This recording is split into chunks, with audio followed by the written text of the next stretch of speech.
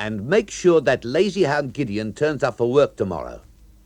I'd rather leave it to him, Danny. If it isn't safe for him to come, I'd rather he stayed away.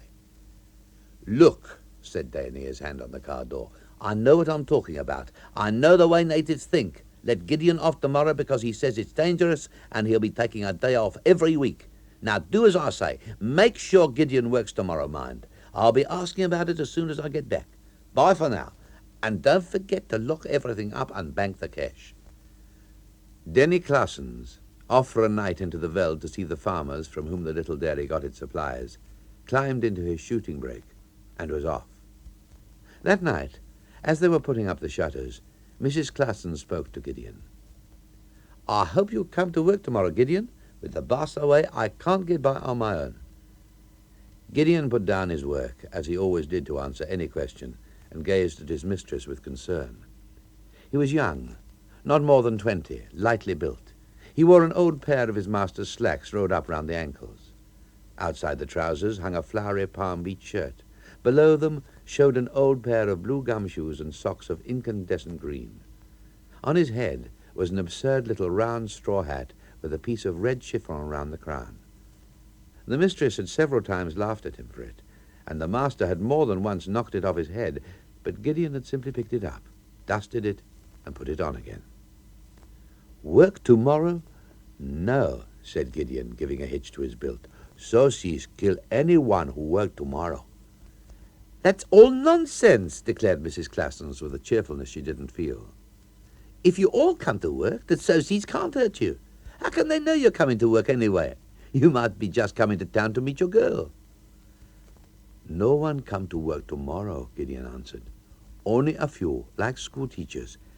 And in evening, socies wait for these men, wait outside stations, wait by bus stops, pull them out and beat them up. How do you know? You've been listening to the boys chattering. Men come round the shops this morning, missus, say no one is to work tomorrow. I can't help it, Gideon, she said firmly. I must have you here tomorrow. If you don't mean to work, I'll pay you off tonight and find another boy. Gideon pushed his hat back and scratched his head. This was worse than he had bargained for. It wasn't losing the job he minded. He'd lost and found a good many jobs in his short life. It was Mrs. Claessens. Youngish, good-natured, still pretty in a bovine way, efficient and practical as well, she had impressed herself deeply upon Gideon's mind. It wasn't love, at least not in the word's usual meaning. It wasn't desire or gratitude. Too vague to be called devotion, it was a bond that had grown up between them based on his wish to please and her acceptance of him as a human being. But Mrs. Claessens was waiting for his answer. Which is it to be, then? Do you come to work tomorrow, or have I to pay you off tonight? No one else coming. All their madams let them stay at home. What? None at all? Perhaps this would be sufficient answer for her husband. But Gideon hesitated. Only Doc in the newspaper shop. But Doc doesn't live in the townships. He sleeps here in town. Where does Doc sleep? Well, this was too difficult. Doc slept with his girlfriend, who worked in a block of flats where the superintendent was too drunk to supervise. I not know where Doc sleeps, Mrs. Maybe he sleeps in shop. All right, then for once you can sleep in the shop as well. You can make a bed out of the sacks, and I'll send you down some supper by the girl. Gideon felt he was outwitted, but he could hold out no longer. Very well, Mrs. I sleep in shop and work tomorrow. Despite the solution, Mrs. Claessens passed an uneasy night. She had a soft spot for Gideon, for his responsiveness and unfailing good temper. He was always ready to slip away from work if he could, yet under her eye he worked as well as she could wish, and often stayed on for a couple of hours on Saturday afternoons to help her clear things up after her husband had gone off to his rugby match. Keeping Gideon in the shop all night would ensure his being safe in the morning, but how about when he went home the next night? For certainly her husband wouldn't let him stay after he got back. And what about the men who had come round threatening? Suppose they came round again to check on who was working? Mrs. Claessens tossed uneasily, torn between fear of her husband and concern for Gideon. Next day was a day of trouble. The city was strangely quiet. No stream of Africans flowing out from the bus depots and railway station in the early morning. No gossiping girls outside the flats. No groups of men at lunchtime playing draughts on the pavements so that passers-by must step into the street. Out in the townships, the police were busy. This was not the first day the black man had stayed away from work. Strikes were illegal for the blacks, but lately they had taken to cooking up excuses, days of mourning, days of prayer, which had the effect of strikes without tangible breach of law. But this time, the police had their plans laid, and by daybreak they were on the job.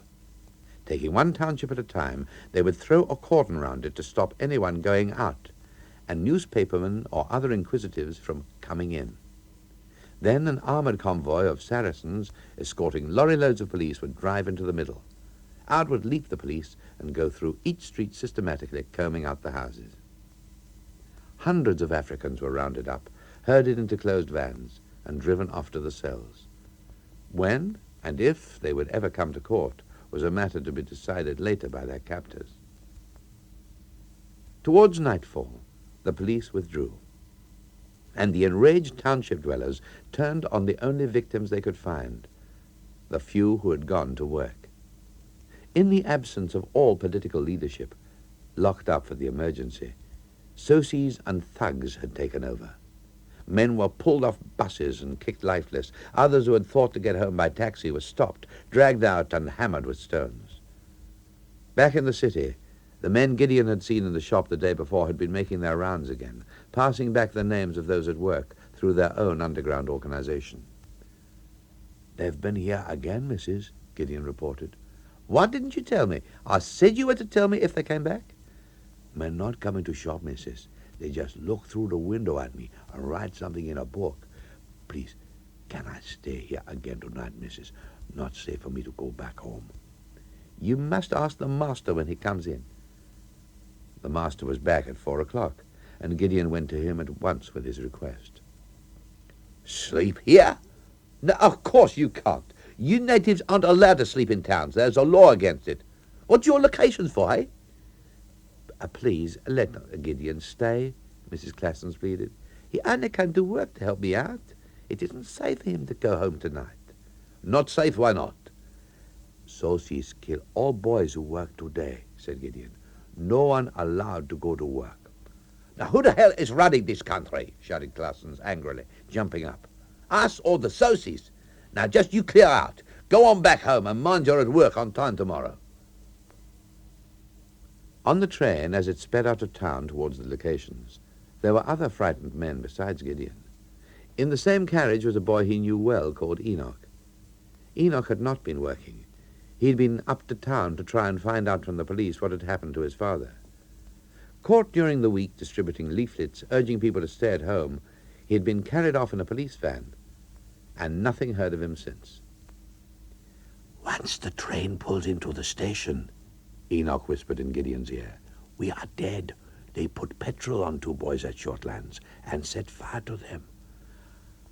"Let's go 1 station further," Gideon answered, "and walk back along the line. Then join the crowd and make sure lots of people see us. Late at night, when it's safe, we can go home." "Oh, no, they'll pull us out of the train when it gets in. Look, do what I say. When the train slows down before we get to where the signals are, jump off together and run into the wood. We'll hide there a few hours. Then when the crowd is gone, we'll go home too. You can sleep at our house, and I'll say you spent the day with me." "Some men saw me at work," confessed Gideon, hesitant. "Never mind. I'll tell them it was a mistake. My mom and I will talk them out of it." As the train rattled on into the twilight, the 2 boys sat tensed. Sure enough, as it approached the signals, it slowed down. Gideon flung the door open and leapt out onto the line, followed by Enoch. Down on their knees they crashed and slithered, picked themselves up with bleeding hands, and dashed for the woods. Around them, like shot birds, landed a spatter of others who had the same idea.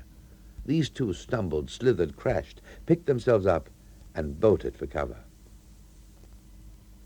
But whoever had planned the campaign of revenge had planned it well, for the woods were full of men lying in wait. Gideon and Enoch ran, dodged, tripped over roots, dived behind tree trunks, and ran on, but both were at last seized and dragged into a clearing. Here a trial was taking place. Each of the prisoners was led out to the light of a blazing fire, asked who he was, and why he had not joined the stay-at-home. Enoch was quickly recognized and cleared. Someone dusted him down and offered him a drink out of a bottle, but when Enoch tried to speak up for Gideon, he was quickly silenced. This one was at work today. We know him. Come on, you, hand over your pass. Gideon handed the precious book over, his permit to work, receipt for taxes, his permission to live in the location, the document which for an African is almost as precious as his life. It was torn in half and flung into the fire. 4 other men who had been to work had their passes burned. All were then ordered to stand to one side while their captors decided on their punishment. The 5 stood silent, eyeing each other with shifting glances, not one perhaps expecting to survive the night.